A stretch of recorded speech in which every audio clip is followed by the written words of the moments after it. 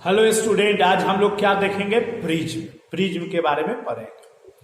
देखिए, प्रिज्म में आप देखेंगे प्रिज्म तो पहले फर्स्ट क्वेश्चन राइज करता है कि प्रिज्म से रिफ्रैक्शन क्यों पढ़ रहे हैं। तो देखिए, प्रिज्म से रिफ्रैक्शन इसलिए पढ़ रहे हैं, प्रिज्म पढ़ रहे हैं कि हम लोग पढ़ रहे थे कॉम्बिनेशन, एक से अधिक सरफेस के द्वारा रिफ्रैक्शन।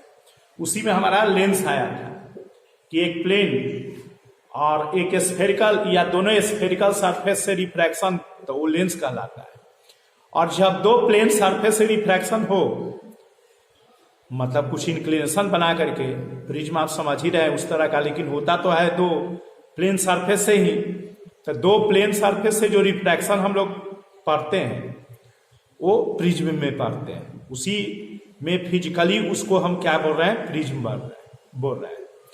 तो प्रिज्म में क्या भाई खासियत है कि इसको पढ़ रहे हैं? लेंस तो आप जान ही रहे हैं कि गॉड ने ही दे दिया हमारे आंख में, तो लेंस से का इंपॉर्टेंस तो आप समझ रहे हैं, लेकिन प्रिज्म का इंपॉर्टेंस क्या है?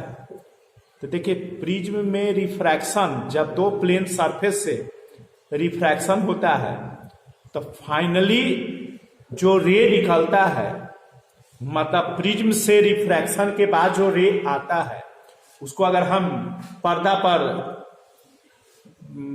पर्दा लगा दें, स्क्रीन लगा दें, तो उस पर 7 कलर में बढ़ जाता है। तो ये स्प्लिटिंग जो लाइट का होता है, ये गुण प्रिज्म में, और इसी गुण से रिलेटेड बात करेंगे, और इस गुण से हम लोग अपने लाइफ में यूज करते हैं, जो आगे हम लोग को मिलेगा। तो इसलिए प्रिज्म से जब रिफ्रैक्शन होता है तो रिफ्रैक्शन के बाद लाइट कितने कलर में हो जाता है? 7 कलर में। और वही 7 कलर सब में कहाँ होता है, लेकिन प्रिज्म में ऐसा होता है। तो आइए उसी प्रिज्म को हम स्टडी करते हैं। क्या है मैं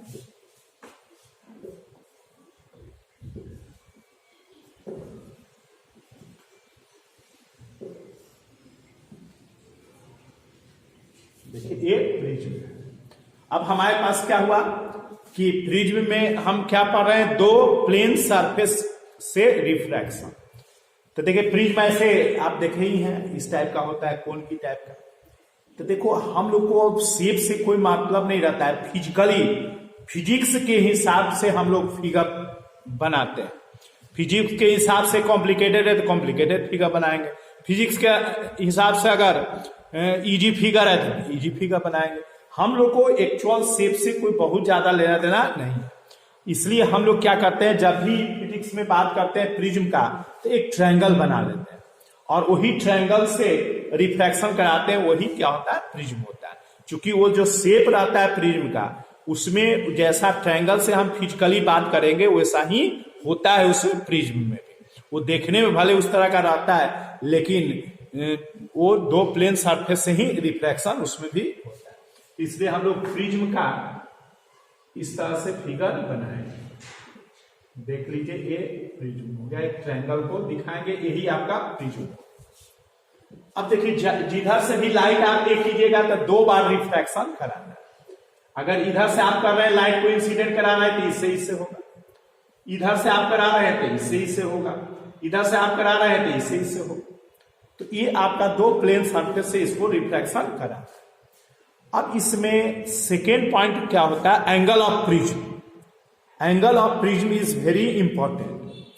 क्या जिस 2 रिफ्रैक्टिंग सरफेस के बीच का जो एंगल होता है, उसी को एंगल ऑफ प्रिज्म बोलते हैं।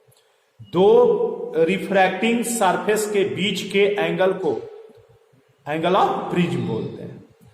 तो मतलब एंगल ऑफ प्रिज्म क्या हो गया? Angle between 2 refracting surfaces is called angle of prism. जैसे मान लो कि ये और ये दोनों में रिफ्रैक्शन आप करा रहे हैं, तो ये आपका एंगल ऑफ प्रिज्म करना है, और ये बेस कहला जाएगा। ये दोनों में आप रिफ्रैक्शन करा रहे हैं, तो ये एंगल ऑफ प्रिज्म करना है। ये दोनों में रिफ्रैक्शन करा रहे हैं, तो ये एंगल ऑफ प्रिज्म करना है, ये एंगल ऑफ प्रिज्म करना है। तो इसलिए एंगल ऑफ प्रिज्म हमारा रिफ्रैक्टिंग सरफेस से, एंगल ऑफ प्रिज्म हमारा रिफ्रैक्टिंग सरफेस पर डिपेंड करता है। तो जो आप टेक कर रहे हैं उसी के अनुसार होता है। आप अब हम लोग ऐसा ही रिफ्लेक्शन कराएंगे तो यही हमारा एंगल ऑफ प्रिज्म हो जाएगा। ए से जनरली डिनोट, तो ये आपका एंगल ऑफ प्रिज्म होगा। अब देखिए मेन पॉइंट इसमें होता है angle of deviation. Angle of deviation का इंपॉर्टेंट रोल कि भाई आप जो रे पास कराए हैं, मतलब जो रे इंसिडेंट कराए हैं और रिफ्रैक्शन के बाद वो रे कितना डिविएट कर गया है, ये पॉइंट वेरी वेरी इंपॉर्टेंट होता है। तो इसलिए हम लोग एंगल ऑफ डिविएशन पता करें और मिनिमम क्या होगा एंगल ऑफ डिविएशन का कंडीशन, ये सब हम लोग देखेंगे। तो देखिए एंगल ऑफ डिविएशन हम आपको लेंस में भी बताए थे कि एंगल ऑफ डिविएशन या कहीं भी आपको डिविएशन है तो जो ओरिजिनल रे है अब फाइनल रे है, इसी के बीच जो एंगल बन जाएगा तो एंगल ऑफ डिविएशन कहलाएगा। अगर ओरिजिनल और फाइनल रे एक ही है तो कोई डिविएशन नहीं हो रहा है, कहोगे ना भाई जो पास से हम जा रहे हैं वही से जा रहे हैं, तो कोई कहे कि डिविएट हुए हो, नहीं हुए हो। लेकिन हम जो पास से जा रहे हैं और इधर उधर हो गए तो डिविएट हो गए हो। तो इसलिए हमारा इनिशियल, ओरिजिनल जिसको कह सकते हैं, और फाइनल, ये दोनों के बीच के एंगल को एंगल ऑफ ये दोनों के बीच के एंगल को एंगल ऑफ डिविएशन बोलेंगे। इनिशियल मतलब इंसिडेंट रे और रिफ्रैक्टेड रे, फाइनल रिफ्रैक्टेड रे के बीच के एंगल को एंगल ऑफ डिविएशन बोलेंगे। बताया सर में, तो इसलिए एंगल ऑफ डिविएशन का भी बात करेंगे। आइए पहले देखते हैं अब रिफ्रैक्शन जो कराते हैं, तो जो पीछे हम लोग पढ़े हैं वही रिफ्लेक्शन का कॉन्सेप्ट इसमें हम यूज करें। क्या है उसका कॉन्सेप्ट, तो आइए देखिए। जैसे ये मान लेते हैं कि लाइट को आप इंसिडेंट कराए, ये लाइट आपका इंसिडेंट। अब हम लोग क्या सीखे थे कि इस सरफेस पर परपेंडिकुलर ड्रॉ करें, इस सरफेस पर ऐसे परपेंडिकुलर रे, ये सरफेस पर परपेंडिकुलर, ये आपका आई हो गया, ये आपका आई हो गया इंसिडेंट एंगल। अब आपका बताइए अब देखो इधर क्या होगा, म्यू1, मतलब एयर ले लेते हैं, इधर म्यू1 है, इधर भी म्यू1 है, लेकिन ये जो आपका होगा वो म्यू2। म्यू2 का मतलब हो गया कि आपका ये ग्लास वगैरह जो भी का बना हुआ रहे, तो एक ग्लास का बना हुआ है तो नेचुरली है कि अभी नॉर्मली अब आप एयर में रखे हुए हैं, क्योंकि जो भी एक्सपेरिमेंट करते हैं तो एयर में कर रहे हैं, तो एयर के रिस्पेक्ट में तो डेंसर है ना होगा, तो हम म्यू2 को डेंसर बोल रहे हैं, डेंसर है। और ये आपका रेयरर है, ये आपका रेयरर है, तो ये हो गया आपका डेंसर और ये रेयरर है, तो डेंसर रेयरर हो गया। अब हम लाइट को हम इंसिडेंट करा रहे हैं, तो देखिए इंसिडेंट करा रहे हैं और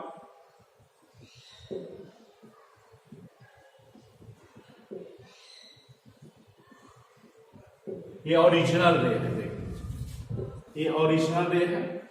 अब इससे इधर टूवर्ड्स और इससे इधर आगे, ये ना होता है, हम लोग पढ़े हैं, जो कॉन्सेप्ट पढ़े हैं वही आपको अप्लाई करें। ये हमारा लाइट इंसिडेंट हुआ, ये सरफेस पर, जिस सरफेस पर इंसिडेंट हुआ सरफेस पर परपेंडिकुलर ड्रॉ करती है, नॉर्मल जिसको कहे। अब नॉर्मल और इंसिडेंट रे के बीच के एंगल को आई हम लिखे। अब हम इसमें रिफ्लेक्शन के बाद जो रे होगा वो किधर होगा, इसके लिए अब हम लोग इस मीडियम को देखें, तो ये मीडियम हमारा डेंसर है, तो हम जानते हैं कि डेंसर माने घना, सटा हुआ, मतलब टुवर्ड्स नॉर्मल, तो टुवर्ड्स नॉर्मल हो जाएगा। तो बताइए इससे इधर टुवर्ड्स और इससे इधर आउटवर्ड, तो ये हमारे पास ये इससे इधर करना है क्योंकि डेंसर मीडियम है, तो चलिए इससे इधर हम लोग बना, ये हमारा आपका ए रे हो गया।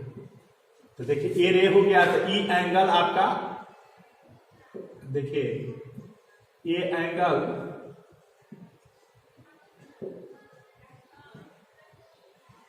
कुछ मान लेते हैं, इस एंगल को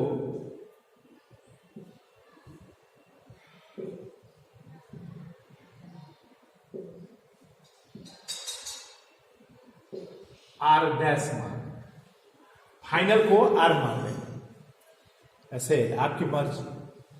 अब देखिए इस पर ई लाइन इंसिडेंट हुआ, अब इस सरफेस पर परपेंडिकुलर ड्रॉ कर दीजिए, इस सरफेस पर ऐसे परपेंडिकुलर ड्रॉ।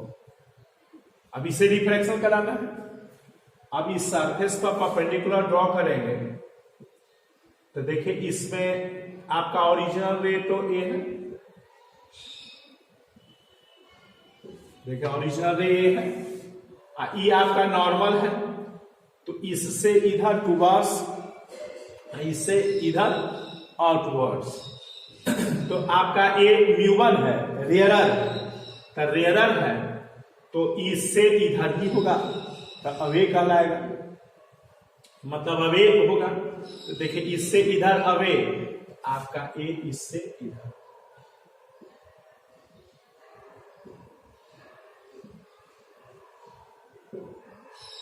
ये आपका वे हो गया। इससे नीचे कोई भी करेंगे तो वे हो जाएगा। यही देखिए आपका मतलब फिगर बन गया। अब ये देखिए ई एंगल को हम आई डैश बोल देते हैं, इस एंगल को हम, इस एंगल को हम, अब ये ओरिजिनल को हटा दीजिए, क्या है इसको हम आर बोल देते हैं। ये आपका फिगर हो गया। अब इसमें एंगल ऑफ डिविएशन क्या हो जाएगा, डेल। तो इनिशियल और फाइनल रे के बीच का एंगल, तो मेरा इनिशियल ए है और फाइनल ए है। तो इनिशियल देखिए आगे की ओर बढ़ाया हुआ है, अब फाइनल ए है, इसको हम पीछे की ओर बढ़ाएंगे, ये मेरा एंगल बन जाएगा। देख लीजिए ये पीछे की ओर बढ़ाएंगे तो ये एंगल आपका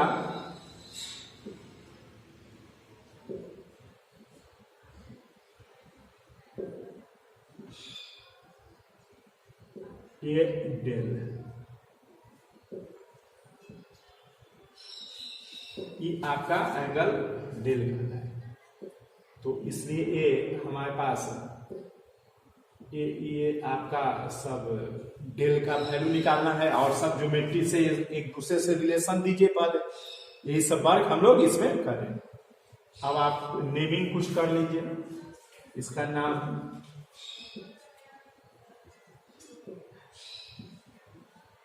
टी बी के जेड आर, फिर जैसा जरूरत पड़ेगा वैसा यूज करें। देखिए ये आपका फिगर बन गया, डेल हो गया angle of deviation in region. अब आइए देखें तो ज्योमेट्री से, फिगर से देखें, ये पूरा एंगल आई है, तो देखिए ये किससे बना है, ई लाइन से, ई लाइन, तो ई लाइन की क्या है, ई है, ई लाइन ए है, तो इसके बीच का एंगल हमारा पूरा आई हो जाएगा। अब ये एंगल हमारा I minus R dash, I minus R dash हो गया। देखिए I minus R dash, I minus R dash, ये पूरा आई हो गया और ये आर डैश इसमें से कम जाएगा तो ये आई माइनस आर डैश। फिर सिमिलरली इधर का बात कीजिए, देखिए किसके किसके बीच है, ई इसके और इसके, मतलब ये पूरा एंगल इसमें आर, ये पूरा देखिए एंगल आर है, तो ई हो जाएगा आपका R minus I dash, R minus I dash. देखिए ये एंगल होता है। तो देखिए तो इसमें इन ट्रायंगल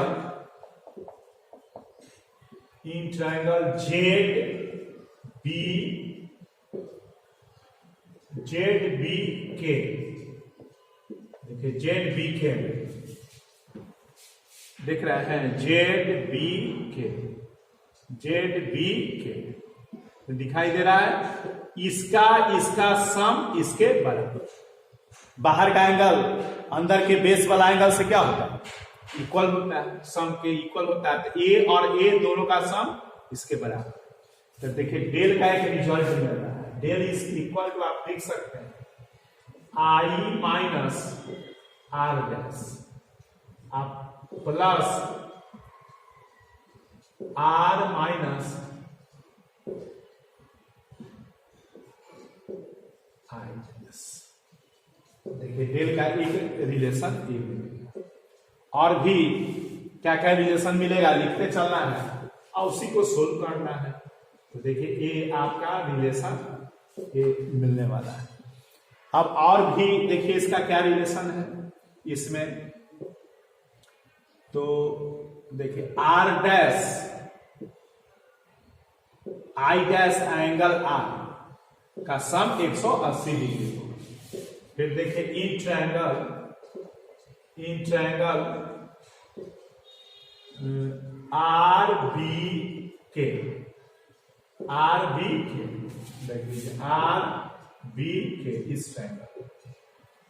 इस ट्रायंगल में आपका हो जाएगा R dash plus I dash plus angle R is equal to 180।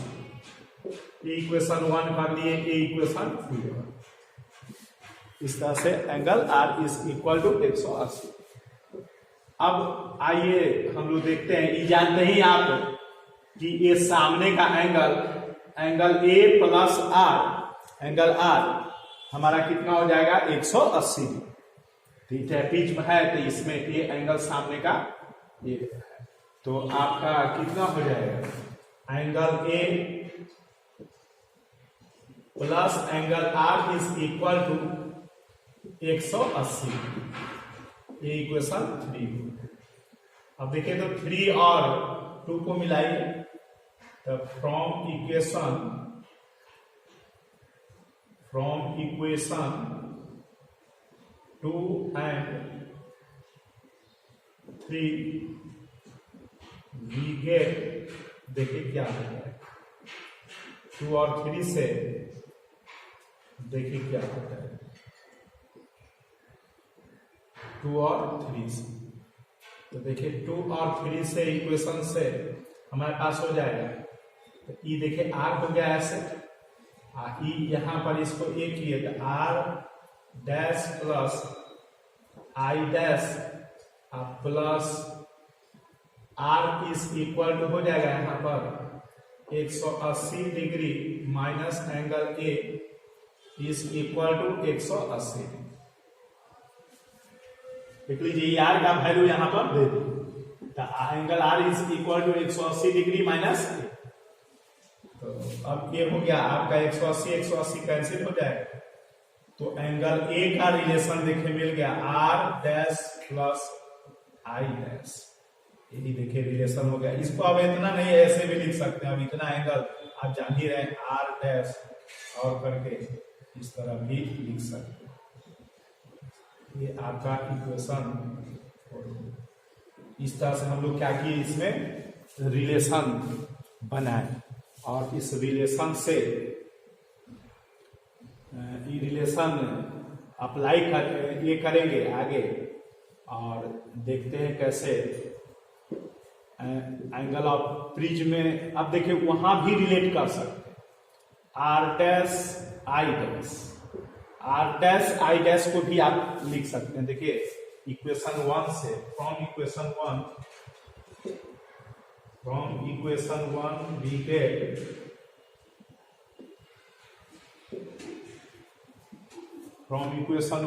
Gate देखिए del is equal to I plus R minus common ले लीजिए R dash plus I dash, लिखेंगे इसको।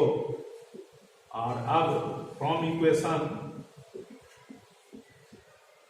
4 वी गेट, देखिए del is equal to I plus R minus R dash plus I dash का value A लिख देंगे। देखिए angle of deviation से ए रिलेशन आ गया, ए इज इक्वल टू इतना, ये इक्वेशन आपका हो गया, ये इक्वेशन 5 हो गया। इस तरह से हम लोग ये लिखते हैं और ये सब रिलेशन होता है, ये सब रिलेशन से क्वेश्चन आता है जिसको कि हम लोग निकालते हैं। अब इसके बाद हम लोग जो पढ़ेंगे वो पढ़ेंगे कि क्या है मिनिमम डिविएशन। तो आइए देखते हैं मिनिमम डिविएशन क्या है।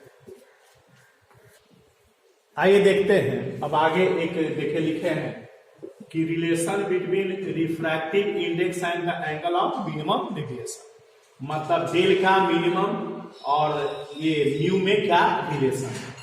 रिफ्रैक्टिव इंडेक्स आपका और इसमें क्या रिलेशन है मिनिमम डिविएशन। तो आइए देखते हैं, इसी से काम आते हैं इसलिए इसको रखे हुए, इसी से आप मतलब यूज करेंगे। तो इस तरह से आप समझ ही गए इसको, सब खाली ट्रायंगल वगैरह ये सब का तो बात है। एक ही जगह तो हमारे पास इस मतलब यहां पर आया है आपको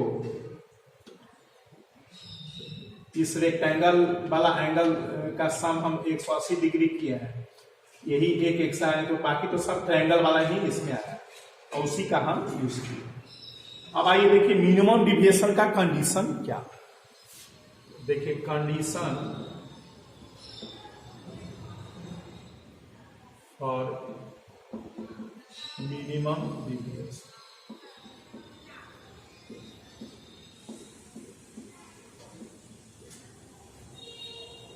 देखिए अगर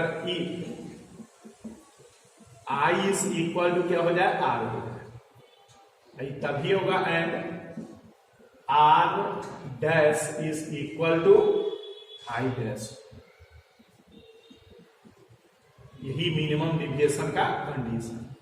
जितना एंगल से इंसिडेंट करे उतना ही एंगल से बाहर निकले, और फिर बीच में जो एंगल आपका बनाता है ये दोनों इक्वल है, इसको हम लोग क्या बोलेंगे मिनिमम डिविएशन। अब आइए मिनिमम डिविएशन से का यूज करके हम ये रिलेशन को बनाते हैं। तो देखिए इसमें स्नेल्स लॉ अप्लाई करते हैं पहले, तब ना आपका रिफ्रैक्टिव इंडेक्स आएगा। तो बाय स्नेल्स लॉ,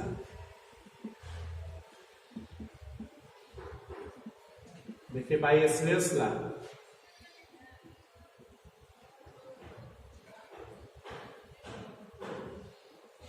देखिए क्या हो जाएगा, sine I by sine are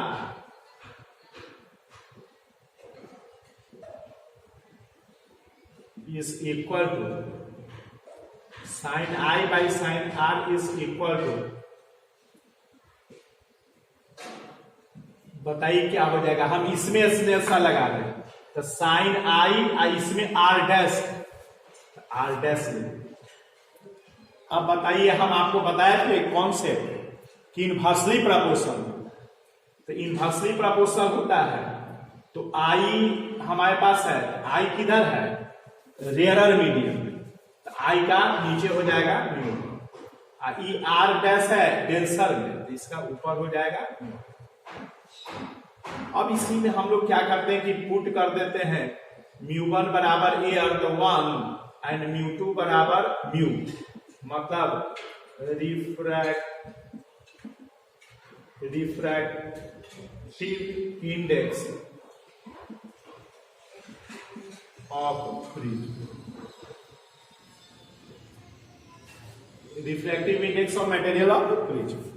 तो इस तरह से ए पुट करते हैं तो ये कितना आ जाएगा आपका, sine I by sine R dash is equal to mu, ये 1 हो जाएगा। अब इसी में आई और आर को रिप्लेस कीजिए वो सब के टर्म में, एंगल मिनिमम डिविएशन वाला जो है डेल के टर्म में निकालिए। तो आइए देखते हैं अब किस किस का यूज करना है। जैसे देखिए फ्रॉम इक्वेशन 5 वी गेट, देखिए क्या 5 से हमारे पास क्या होगा, डेल एम लिखेंगे क्योंकि मिनिमम कंडीशन ए का यूज कर रहे हैं, यहां से आई का वैल्यू निकालो। आई अब प्लस आर को आप लिख सकते हैं आई ही, आर को आप क्या लिख सकते हैं आई। आर को जब आप आई लिख सकते हैं तो फिर आई लिख लीजिए और ए माइनस ए।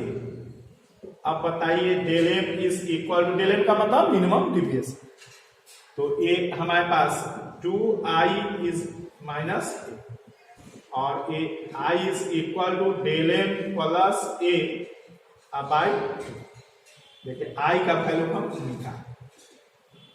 अब हमारे पास आर का वैल्यू, तो देखिए आर का वैल्यू उधर से फिर निकालते हैं। देखिए फ्रॉम इक्वेशन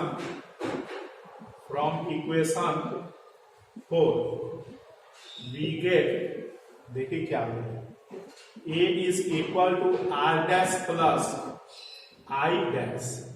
अब देखिए A is equal to R dash का वैल्यू निकालना है, R dash plus R dash लिखेंगे क्योंकि आई डैश बराबर कंडीशन चूंकि यूज कर रहे हैं, आर डैश बराबर आई डैश, आई डैश है और आर डैश इक्वल, तो R dash is equal to A by 2।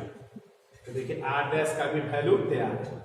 आई और आर डैश का वैल्यू इस इक्वेशन में 5 हुआ था ना, 6 में आपको पुट करके इसको हम लोग सोल्व करते हैं। तो इस तरह से ये हमारा रिलेशन आएगा जो हम लोग अभी आगे। तो बताइए इसमें कहीं कोई दिक्कत तो नहीं हुआ होगा। ये ज्योमेट्री से ही कर लिए, एक बार देख लीजिए डेल का वैल्यू ये निकालिए, अंदर का सम बाहर के इक्वल, फिर आपका ये तीनों ट्रायंगल का सम इसका इसका इसका 180 डिग्री ए कर लिए। ये क्वाड्रल एंगल ए और आर आपका 100 सामने का क्वाड्रल में ए और आर एंगल 180 डिग्री होता है, ए कर लिए। आप फिर इस सब को मिलाए तो ये रिजल्ट हमारे पास आ गया।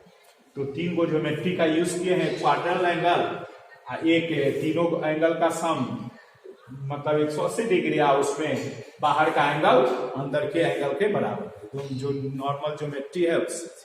और इसको अब आइए देखते हैं इसको पुट करके क्या रिलेशन है।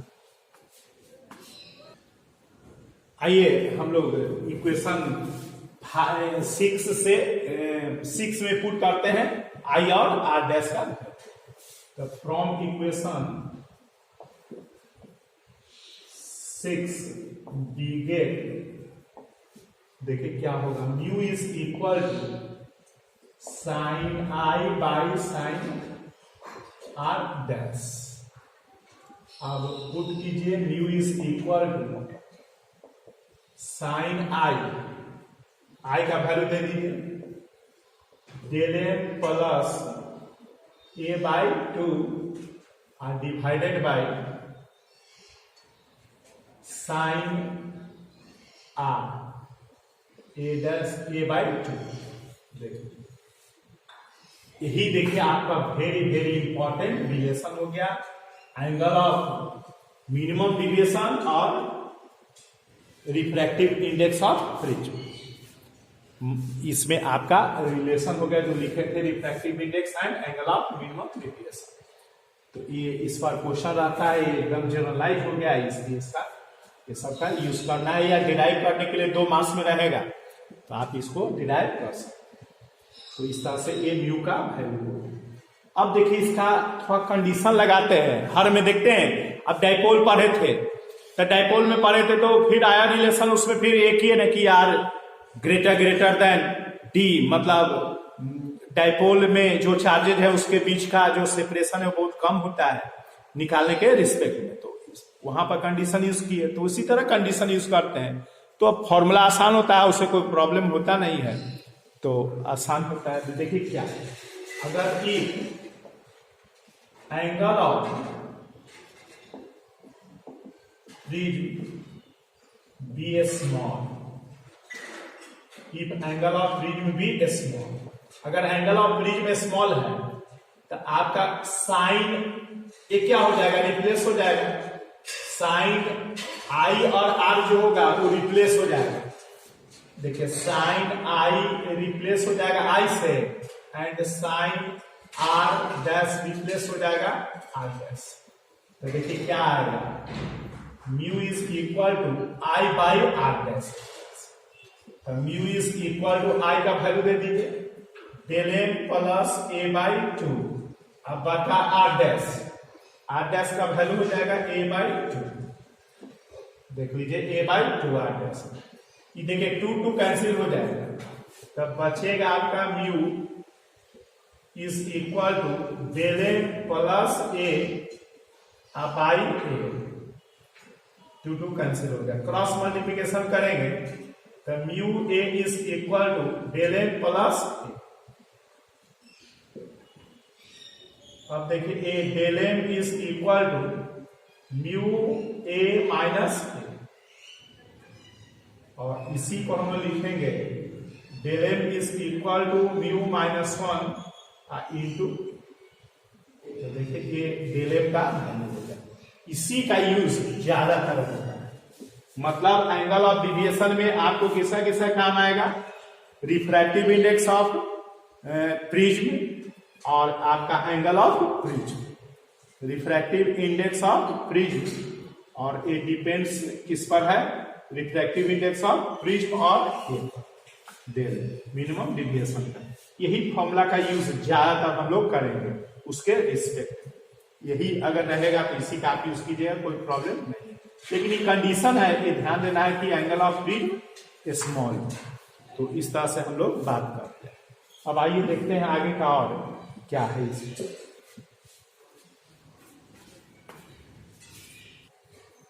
आइए देखते हैं एक क्वेश्चन, देखिए क्वेश्चन आपके स्क्रीन पर चला गया है, देखिए angle of minimum deviation from A prism is 1370, if the angle of prism is 53 degree, find the refractive index of the material of the prism.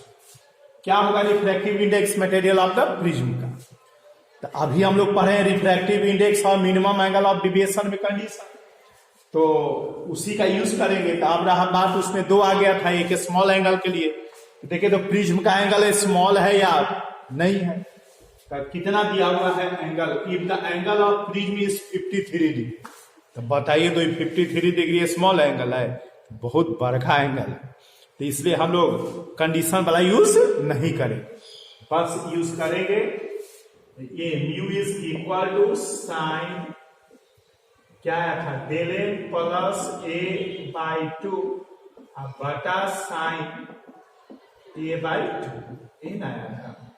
अब इसी का यूज करके साइन लिख देंगे, साइन डेल एम का value minimum angle 37 degree plus angle of prism 53 degree by 2 divided by sign A angle of prism 53 degree by 2, और ये new is equal to ये हो जाएगा साइन आपका कितना हो जाएगा, ये 45 डिग्री और ये साइन 53 डिग्री बाई 2। अब इसी को साइन 45 का तो आप याद है, आज साइन 53 डिग्री का टेबल से देख करके उसका वैल्यू लिख देना है, तो बाई 2 का मतलब डिवाइड करके इसका वैल्यू लिख देना है।